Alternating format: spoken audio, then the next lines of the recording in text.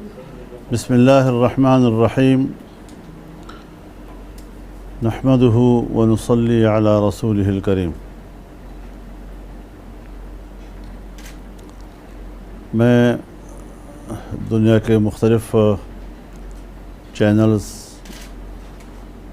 اور کورسپونڈنس اور یہاں ملک کے اندر کے مختلف چینلز کے نمائندوں کو خوش آمدید کہتا ہوں۔ یہ اچھا موقع ہے کہ آپ حضرات سے ایسے وقت میں ملاقات ہو رہی ہے جب مسئلہ فلسطین نے ایک نئے زاویے کے ساتھ اپنے موقف کی تجدید کی ہے، اور اس حوالے سے جو پاکستان کا موقف قیام پاکستان سے پہلے رہا ہے یا قیام پاکستان کے بعد رہا ہے، بانی پاکستان جناب محمد علی جناح نے خود اس موقف کو متعارف کرایا اور فلسطینیوں کے ساتھ اپنی بھرپور یکجہتی کا اظہار کیا، اور اسے سن 1940 کے قرارداد پاکستان کا حصہ بنایا۔ انہوں نے اقوام متحدہ کی اس تجویز کو بھی مسترد کر دیا تھا، اور اس وقت کے امریکی صدر ٹرومان کو خط لکھا تھا کہ فلسطین کو دو ریاستی تصور کے ساتھ ہم قبول نہیں کر سکتے۔ یہ عرب کی سرزمین ہے، یہ فلسطین کی سرزمین ہے، اور اس قسم کی جو قراردادیں ہیں وہ امریکہ کو نہیں جچتی کہ جو لوگ ہمیشہ دنیا میں انصاف کی بات کرتے ہیں، اور ان کو جتلایا ہے کہ تاریخی لحاظ سے ہو، جغرافیائی لحاظ سے ہو، سیاسی لحاظ سے ہو، کسی بھی اعتبار سے فلسطین کی سرزمین کو تقسیم نہیں کیا جا سکتا۔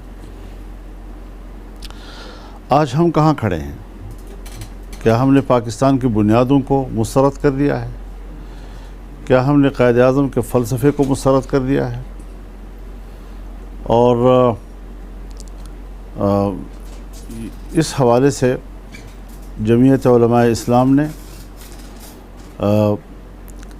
جو 7 اکتوبر کا واقعہ ہوا جس میں حماس نے غزہ سے اٹیک کیا اسرائیل کے اوپر، اب اس کو زیر بحث لانا کہ کیوں کیا، تو ظاہر ہے کہ اسرائیل اور فلسطینی حالت جنگ میں ہیں، اور حالت جنگ میں کوئی بھی ملک دوسرے کے خلاف دنیا کو بتائے بغیر کوئی بھی اقدام کر سکتا ہے۔ لیکن تعجب کی بات یہ ہے کہ امریکہ براہ راست اپنی فوجیں لے آیا ہے، برطانیہ براہ راست اپنی فوجیں لے آیا ہے، یورپ کے اور ممالک بھی، اور ہو کیا رہا ہے کہ حماس کے جنگجوؤں کے ساتھ، ان کے فوجیوں کے ساتھ، ان کے مجاہدین کے ساتھ جنگ نہیں لڑ رہے، بلکہ وہ براہ راست غزہ شہر پہ بمباری کر رہے ہیں۔ بچے شہید ہو رہے ہیں، خواتین شہید ہو رہی ہیں، عام شہری شہید ہو رہے ہیں، ہسپتالوں پہ بمباری کی جا رہی ہے، اسکولوں پہ بمباری کی جا رہی ہے، مارکیٹوں پہ بمباری کی جا رہی ہے، خوردنوش کے تمام ذخائر تباہ کر دیے گئے ہیں، اور یہ جنگی جرم نہیں تو پھر دنیا میں جنگی جرم کس چیز کا نام ہے؟ دنیا اس کا نوٹس لے،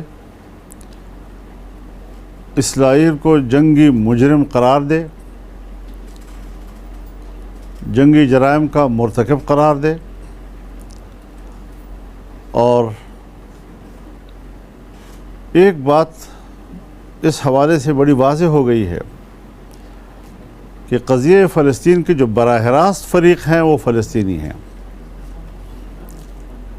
اور اس واقعے سے دنیا کو ایک میسج گیا ہے کہ ہمارے بغیر جو مسئلہ فلسطین کے حل کی باتیں ڈھونڈ رہے ہیں لوگ، ان کو حق نہیں پہنچتا۔ پہلے ہم ہیں، اس کے بعد ہمارے دوست ہیں، ہماری مسلم برادری ہے۔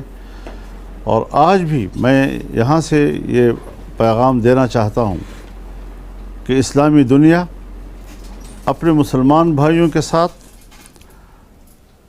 اس طرح عملی طور پر نہیں کھڑی جس طرح کہ مغربی دنیا اور امریکہ اسرائیل کے ساتھ کھڑا ہے۔ جس طرح وہ اسلحہ دے رہا ہے، جس طرح وہ فوجی مہیا کر رہا ہے، جنگجو مہیا کر رہے ہیں، اور پھر انسانی قتل میں شریک ہو رہے ہیں ان کے ساتھ، انسانی حقوق کے علمبردار بن کر آج جس طرح انسانیت کا قتل کیا جا رہا ہے، اور جن کے ہاتھوں سے فلسطین کے بے گناہ مسلمانوں کا، ان کے بچوں کا، ان کے خواتین کا، ان کے بوڑھوں کا، ان کے جوانوں کا خون کیا جا رہا ہے، کیا اس کے بعد بھی ان کو انسانی حقوق کا محافظ تصور کیا جائے گا، یا وہ باقاعدہ انسانی حقوق کے قاتل تصور کیے جائیں گے؟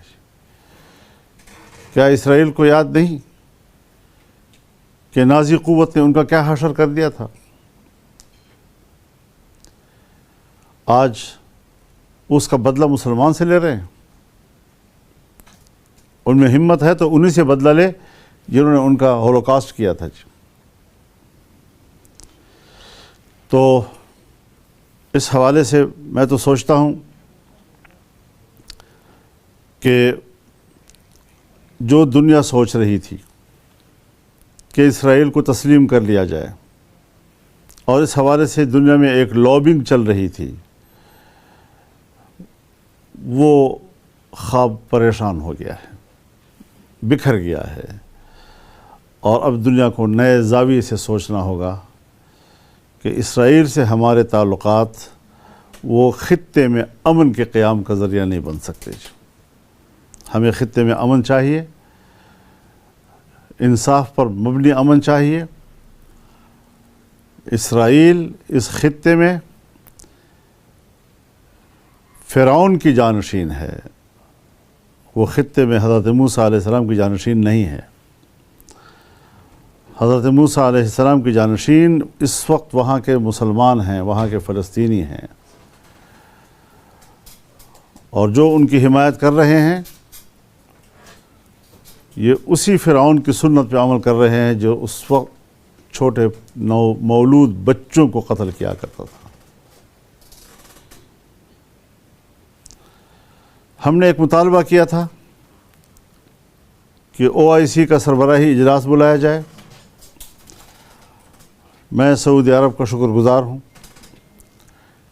کہ انہوں نے اس ضرورت کو محسوس کیا، اور اب OIC کا سربراہی اجلاس طلب کر لیا گیا ہے۔ یہی ڈیمانڈ یہاں سے ہم نے اٹھایا، اور جب فلسطینی قیادت سے میری ملاقات قطر میں ہوئی تھی تو ان کا بھی یہی مطالبہ تھا کہ OIC کا اجلاس بلایا جائے۔ میں اس میں ضرور یہ اضافہ کروں گا کہ اس میں حماس کے نمائندوں کو شرکت کی اجازت دی جائے، ان کو طلب کیا جائے، بطور مبصر کے طلب کیا جائے، لیکن طلب کیا جائے، کیونکہ ان کی رائے سنے بغیر شاید یہ اجلاس اپنے ایجنڈے کے حوالے سے مکمل نہ ہو سکے۔ ہمارا روز اول سے جب سے جمعیت علماء قائم ہوئی ہے، ہمارا موقف فلسطین کے مسلمانوں کے حق میں رہا ہے۔ ہم نے برطانیہ کے جو معاہدہ دالفور ہوا تھا اس کو مسترد کیا ہے، اور جمعیت علماء کا منشور اس حوالے سے بڑا واضح ہے۔ ہم آج بھی اپنے اس موقف پہ قائم ہیں، ہم نے اپنا موقف تبدیل نہیں کیا۔ تو ہم دوبارہ اس مسئلے کو اٹھانا چاہتے ہیں۔ پشاور میں جلسہ ہوا، کوئٹہ میں ہوا، کراچی میں ہوا، اور ایک انسانی سمندر امڑ آیا تھا، اور یہی پاکستان کے عوام کی سوچ اور رائے ہے۔ صرف یہ نہیں کہ پاکستان میں جلسے ہوئے ہیں، خود امریکہ میں مظاہرے ہوئے ہیں، خود برطانیہ میں ہوئے ہیں، فرانس میں ہوئے ہیں، یورپ کے ممالک میں ہوئے ہیں، اور یورپ کی دنیا ہو یا امریکہ کی دنیا، ان کو بھی عوام کی اس آواز کا احترام کرنا ہوگا، ورنہ جمہوریت کی بات چھوڑ دیں، ورنہ عوام کے رائے کی بات چھوڑ دیں۔ پھر کچھ لوگ ہیں جو بند کمروں میں بیٹھ کر دنیا کے فیصلے کرتے ہیں، پھر عوام کی تو کوئی حیثیت نہ رہی۔ عوام وہ ہیں جو ہمارے جلسوں میں آئے ہیں، اور ہم اس سلسلے کو جاری بھی رکھ سکتے ہیں، لیکن ہم نے جو میسج دینا تھا وہ بڑا لاؤڈلی دے دیا ہے، پوری دنیا نے ہمارے موقف کو سنا ہے، اور مجھے تعجب ہے انڈیا کی میڈیا پہ کہ اس کو اتنی تکلیف کیوں ہوئی ہے۔ اس کی چیخ و پکار سے ایسا لگتا ہے جیسے کہ ہم نے جلسے نہیں کیے، جیسے ہم نے انڈیا پہ کوئی حملہ کر دیا ہو۔ ہم نے اپنی رائے دی ہے، اور جمہوری انداز کے ساتھ دی ہے، اور میں ان کو بتانا چاہتا ہوں کہ اگر اپنی سرزمین کو حاصل کرنے کی جنگ دہشت گردی ہے تو پھر بر صغیر میں گاندھی جی کی جدوجہد کو کیا نام دو گے؟ ہندوستان کی آزادی کے لیے جو 100-150 سال جنگ لڑی گئی، اپنے بر صغیر کے ان مجاہدین کو کیا نام دو گے؟ جس طرح ہم نے اپنی سرزمین کی آزادی کے لیے جنگ لڑی ہے، مسلح جنگ بھی لڑی ہے، غیر مسلح بھی لڑی ہے، ہر دور سے ہم گزرے ہیں، اور ہر وہ راستہ اختیار کیا ہے کہ جو ہمیں آزادی کی منزل کی طرف لے جا سکتا تھا۔ کیا یہ حق آپ عرب دنیا کو نہیں دیں گے؟ کیا یہ حق آپ فلسطین کے لوگوں کو نہیں دیں گے جن کی زمین پر ناجائز قبضہ ہوا ہے، اور خود آپ نے ان کو ناجائز قبضہ کہا ہے؟ آج مودی جی کو کیا ہو گیا؟ وہ کیوں اتنا تبدیل ہو گیا ہے کہ اپنے اسلاف کو چھوڑ گیا ہے، اپنی تاریخ کو چھوڑ گیا ہے، اس کی نفی کر رہا ہے؟ سو اس اعتبار سے انصاف کا راستہ لیا جائے، اور حق کو حق تسلیم کیا جائے۔ فلسطین فلسطینیوں کا ہے، اور فلسطینیوں کا رہے گا۔ اتار چڑھاؤ تحریکوں میں آتے ہیں، تحریکیں مدوجزر کا شکار ہوتی رہتی ہیں۔ تحریکوں کی مثال سمندر کے لہروں کی ہے، لہریں کبھی اٹھتی ہیں، پھر ڈوب جاتی ہیں، پھر دوبارہ اٹھتی ہیں، لیکن بالآخر ساحل سے جا کر ہی دم لیتی ہیں۔ سو یہ تحریکیں جو ہیں وہ آگے بڑھتی رہیں گی، اور اس حوالے سے ہم نے اپنا جو موقف دیا ہے وہ بڑا واضح طور پر دیا ہے۔ ہم جو حق اپنے لیے جائز سمجھتے ہیں وہ پھر فلسطینیوں کے لیے بھی جائز سمجھتے ہیں۔ ہم جو حق اپنے لیے جائز سمجھتے ہیں پھر وہ افغانوں کے لیے بھی جائز سمجھتے تھے، اور انہوں نے بھی اپنی سرزمین کی آزادی کے لیے 20 سال جنگ لڑی ہے جی، اور اس سے پہلے بھی روس کے خلاف جنگ لڑی ہے، انہوں نے 14 سال جی۔ سو یہ تاریخ ہے ہماری، اور پوری دنیا کو آپ یہ حق دیتے ہیں۔ یہ عجیب بات ہے کہ ہمیشہ حملہ آور اور قبضہ کرنے والا وہ اپنے آپ کو انصاف کا علمبردار کہتا ہے، اور جس کی آزادی وہ چھین رہا ہے اس کو دہشت گرد کہا جا رہا ہے۔ الٹی گنگا بہائی جا رہی ہے۔ یہ جو الٹی گنگا ہے یہ شاید ہمیں قابل قبول نہیں ہے۔ ہم بھی دنیا کا حصہ ہیں، ہم بھی اپنا موقف رکھتے ہیں، اور پاکستان نے جو اقوام متحدہ میں اپنا موقف دیا ہے بڑا جرأت مندانہ موقف دیا ہے، اور ہمیں اپنے اس جرأت مندانہ موقف ہی کو آگے لے جا کر مسئلہ فلسطین کے حل کی طرف بڑھنا چاہیے۔ بہت بہت شکریہ آپ حضرات کا جی۔ مولانا صاحب، میرا نام خرم شہزاد ہے، میں سعودی نیوز ویب سائٹ ہے اردو نیوز، اس میں کام کرتا ہوں، ریٹیل رپورٹنگ وہاں پہ۔ اس وقت پاکستان میں نگران حکومت ہے، اور جو فلسطین کا بحران ہے وہ بظاہر لگ رہا ہے کہ ابھی چلے گا، آگے 3-4 مہینے ختم ہونے والے نہیں، وہ بڑھ گیا بحران۔ بظاہر جو حالات ہیں پاکستان کے سیاسی، اس کے نتیجے میں لگ یہ رہا ہے کہ انتخابات کے بعد آپ کے جو اتحادی ہیں سابق مسلم لیگ نواز اور آپ کی جو ہے ان کی حکومت بننے والی ہے. اگر آپ حکومت میں آتے ہیں تو آپ کی کیا حکمت عملی ہوگی, کیا عملی جدوجہد کریں گے آپ لوگ ہیں الیکشن میں جائیں گے, عوام کے فیصلے کو دیکھیں گے اور عوام کے فیصلے کے مطابق ہی یہاں حکومت بنے گی.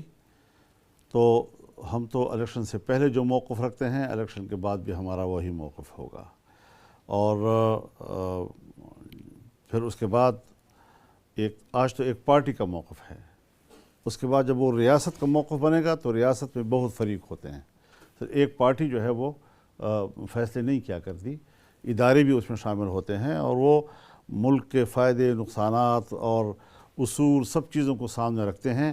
میں آپ کے اس سوال کا فائدہ اٹھاتے ہوئے یہ ضرور کہنا چاہتا ہوں کہ ہمارے جو نگران وزیر اعظم نے 2 ریاستی تصور پیش کیا ہے, یہ قائد اعظم کے تصور کی نفی ہے.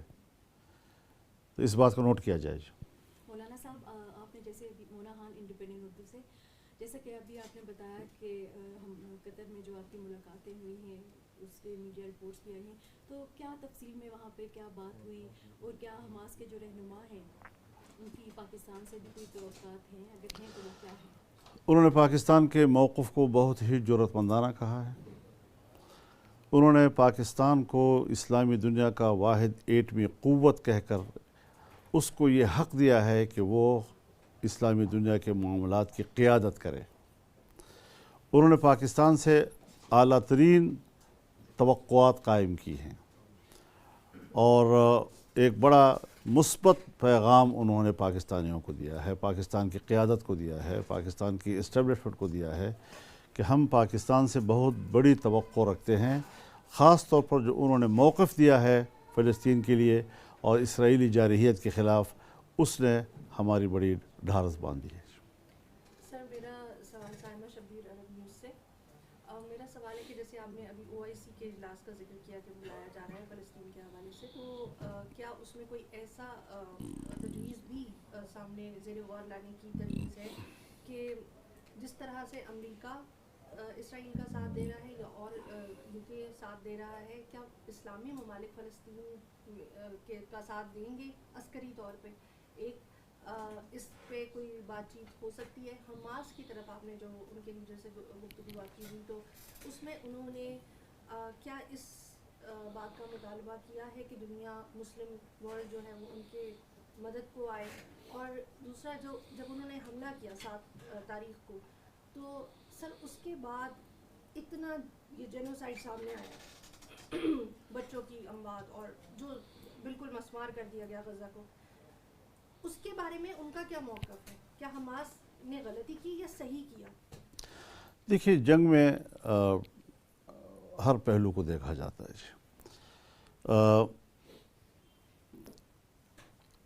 میں ایک بات کا دوبارہ اعادہ کرنا چاہتا ہوں کہ 1947-48 میں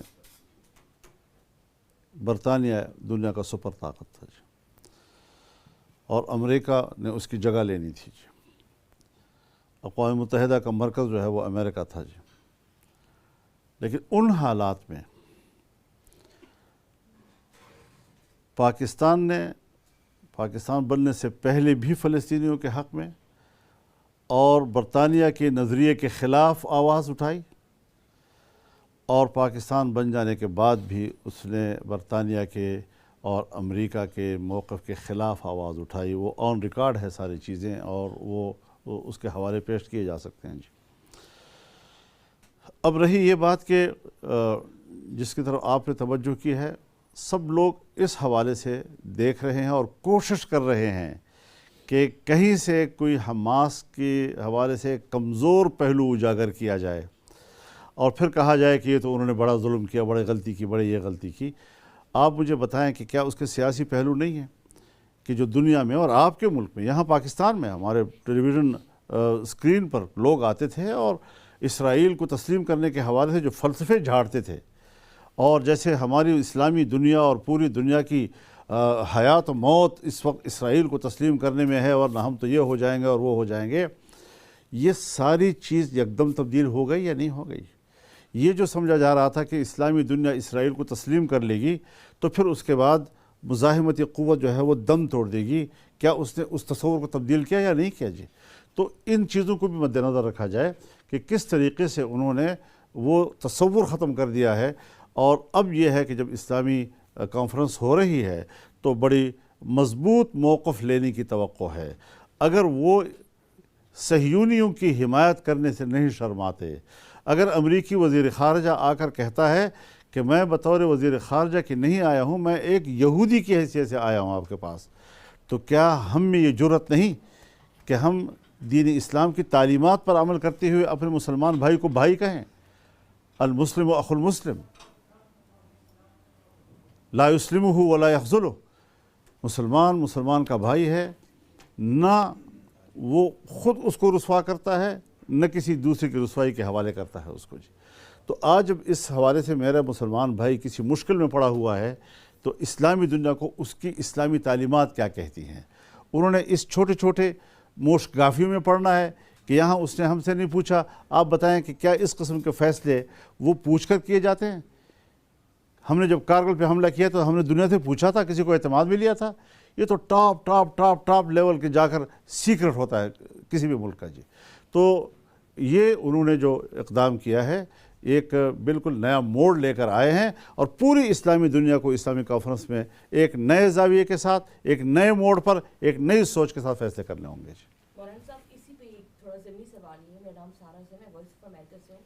حماس آپ کی ملاقات ہوئی اسماعیل ہانیہ سے، آپ نے کہا کہ جنگ میں کولیٹرل ڈیمیجز بھی ہوتے ہیں اور اس وقت جو غزہ میں ہو رہا ہے وہ ہم اس کو ایز اے کولیٹرل ڈیمیج دیکھ سکتے ہیں، لیکن جو مقصد ان کا تھا کیا انہوں نے حاصل کر لیا؟ کیا وہ یہی چاہتے تھے کہ اسلامی دنیا جو ہے اسرائیل کو تسلیم کر رہی ہے، تو وہ پوائنٹ جس کے لیے انہوں نے یہ سب اٹیک کیا وہ ڈز دے اچیو اٹ، اور ابھی ان کی اسٹرگل جاری ہے کیونکہ دنیا کی ڈبیٹ تو چینج ہو گئی ہے؟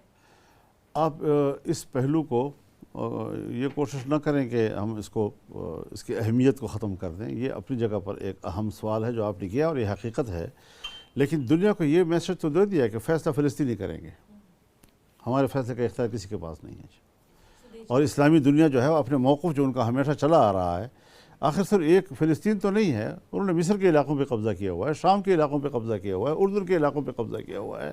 تو مختلف اطراف میں وہ پھیلے ہوئے ہیں اور آج ان کی اس پیش رفت کو روکا جا رہا ہے. اگر اس میں بھی مسلمان دنیا جو ہے ان کو فل سپورٹ نہیں کرے گی تو وہ اپنے پاؤں پہ کلہاڑا مارنے والی بات ہوگی. پھر تو مولانا صاحب انہوں نے اپنا ہدف ایک طرح کا اچیو کر لیا ہے کہ وہ میں تو دنیا کو ایک پوائنٹ پہ لے آئے. میں تو سمجھ رہا ہوں کہ انہوں نے بالکل فلسطین کی جو ایک دنیا میں ایک تصور جا رہا تھا، اور امریکہ بھی یہ سمجھ رہا تھا کہ اسلامی دنیا ہو یا عرب دنیا ہو اب ہمارے دباؤ میں ہے اور ہم ان کے گردن مروڑ کر ان سے یہ بات منوا سکتے ہیں. اب وہ تصور ختم کر دیا انہوں نے جی. وہ چاہتے ہیں کہ جنگ بندی کی وہ تو جنگ بندی تو ان کا مطالبہ ہے، کیونکہ وہ جنگ نہیں کر رہے، وہ تو شہریوں پہ حملہ کر رہے ہیں جی.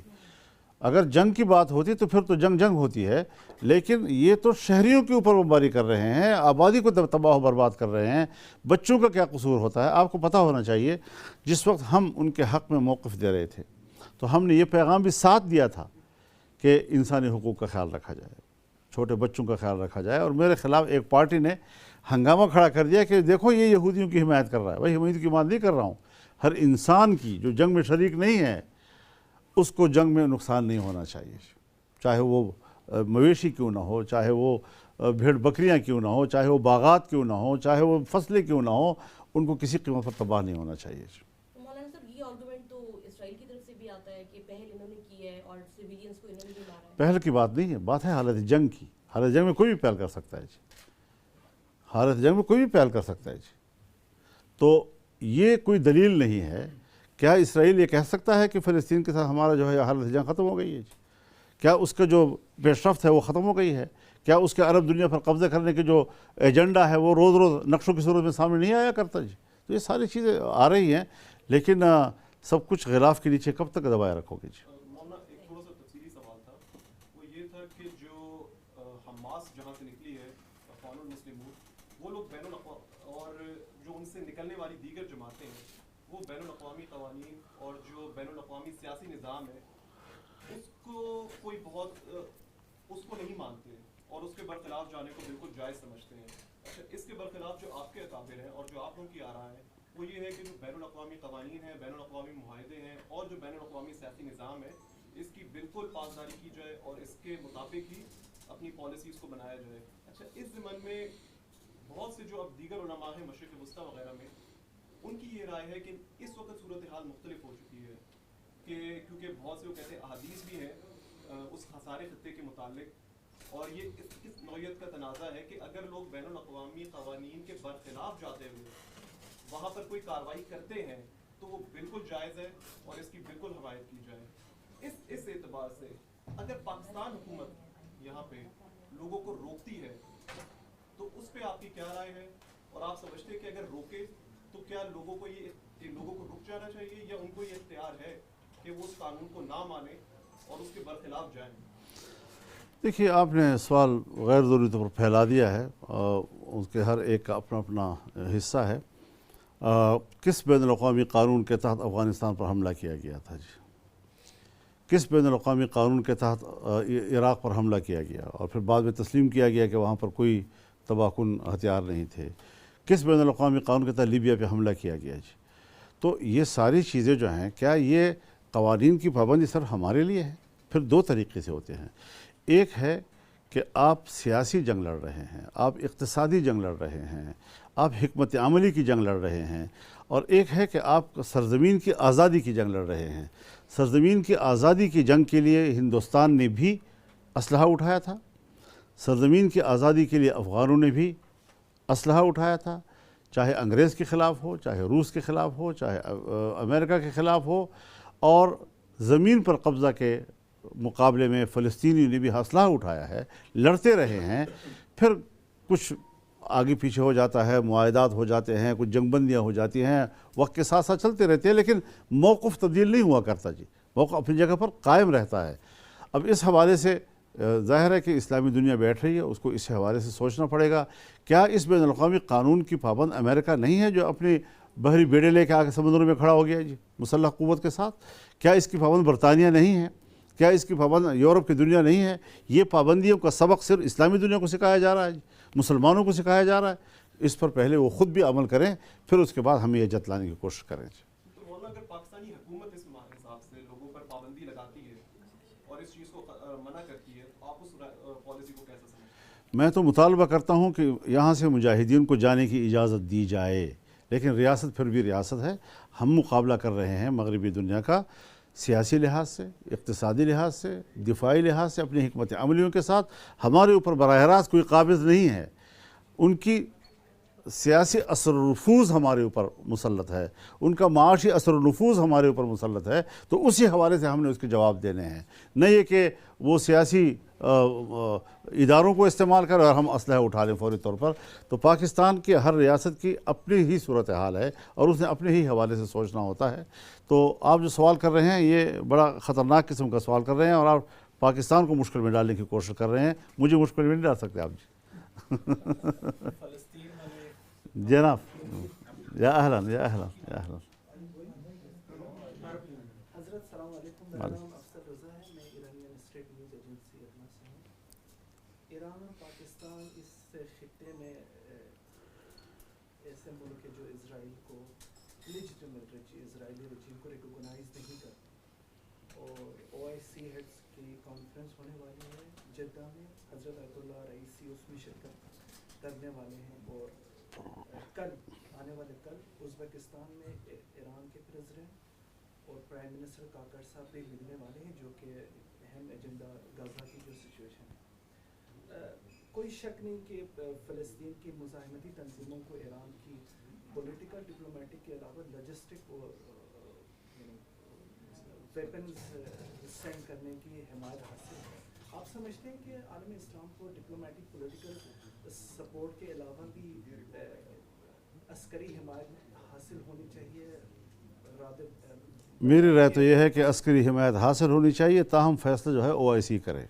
آپ سمجھتے ہیں کہ فلسطین کی حمایت عالم اسلام کی وحدت کے لیے ایک سبب بھی بن سکتا ہے؟ اس میں ایران اور سعودی عربیہ اور پاکستان کے کردار کو آپ کیسے دیکھتے ہیں؟ ظاہر ہے جی کہ مسلمان ایک امت ہے اور ایک برادری ہے, کلبے کی بنیاد پر ایک قوم ہے, ایک مستقل دنیا ہے جی, اور پوری دنیا میں لیکن منقسم ہے, اور وہ منقسم ہونے کی وجہ سے کمزور ہے. تو اگر وہ ایک چاہے مختصر ایجنڈے پر صحیح اپنی وحدت کا مظاہرہ کریں تو ایک بڑی طاقت کا مظاہرہ کر سکتے ہیں اور ایک بہت مؤثر قوت بن سکتے ہیں.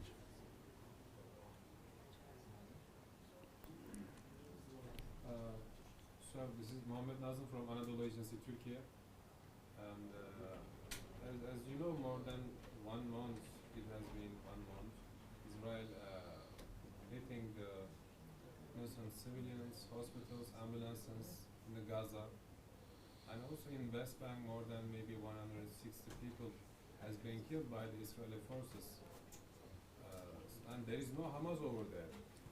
And what should be done to prevent Israel from hitting the civilians and ambulances and hospitals in Gaza?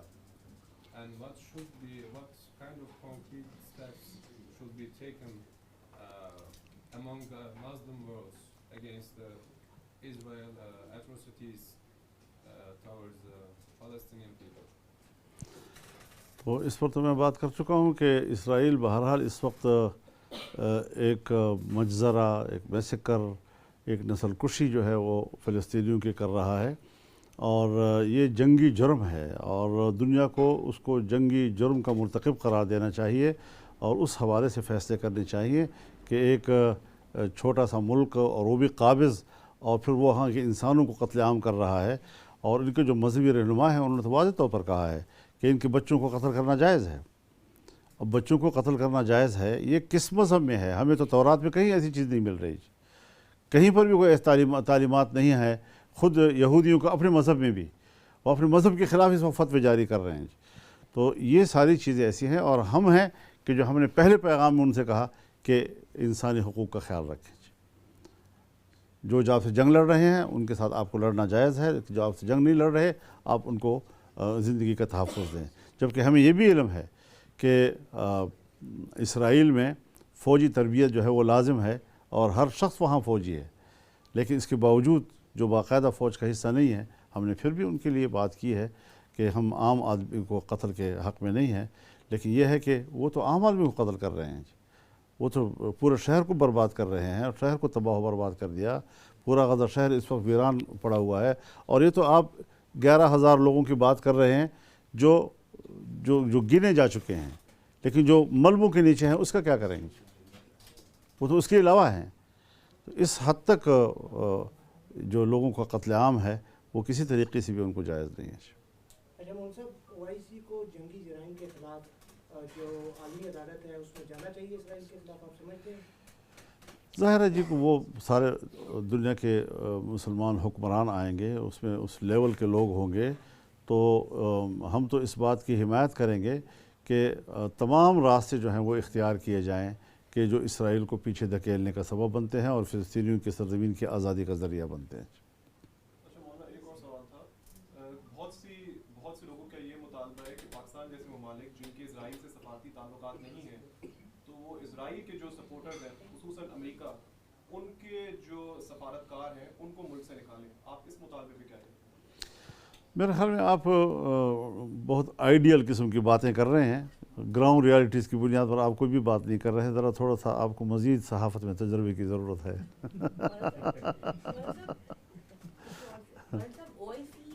اب تک کی جو کارکردگی ہے وہ ہم سب کے سامنے ہے، تو اب آپ کتنے ہوپفل ہیں کہ OIC کو اہم وہ تو پھر UN کا بھی یہی حال ہے. UN جو پوری دنیا کی، ابوظہبی کے جو تعلقات رہے ہیں اور پچھلے عرصے میں، وہ اس کا کوئی فرق نہیں پڑتا. انڈیا اور ہمارے سفارتی تعلقات ہیں، لیکن کیا کسی فورم پر ہم بات نہیں کریں گے؟ کیا ہم کشمیر پہ بات نہیں کریں گے وہاں پر؟ تو یہ چیزیں جو ہیں ہمیں بھی اس حوالے سے اسلامی دنیا کو کشمیر کے مسئلے پر اس طرح وحدت کا ایک پوائنٹ پر اکٹھے ہونے کی جو ہماری ایک جدوجہد ہونی چاہیے تھی، ہم وہ معیار پر پورا نہیں اتر سکے ہیں، اور یہی وجہ ہے کہ کشمیر پر آج ہمارا موقف کمزور ہو گیا ہے.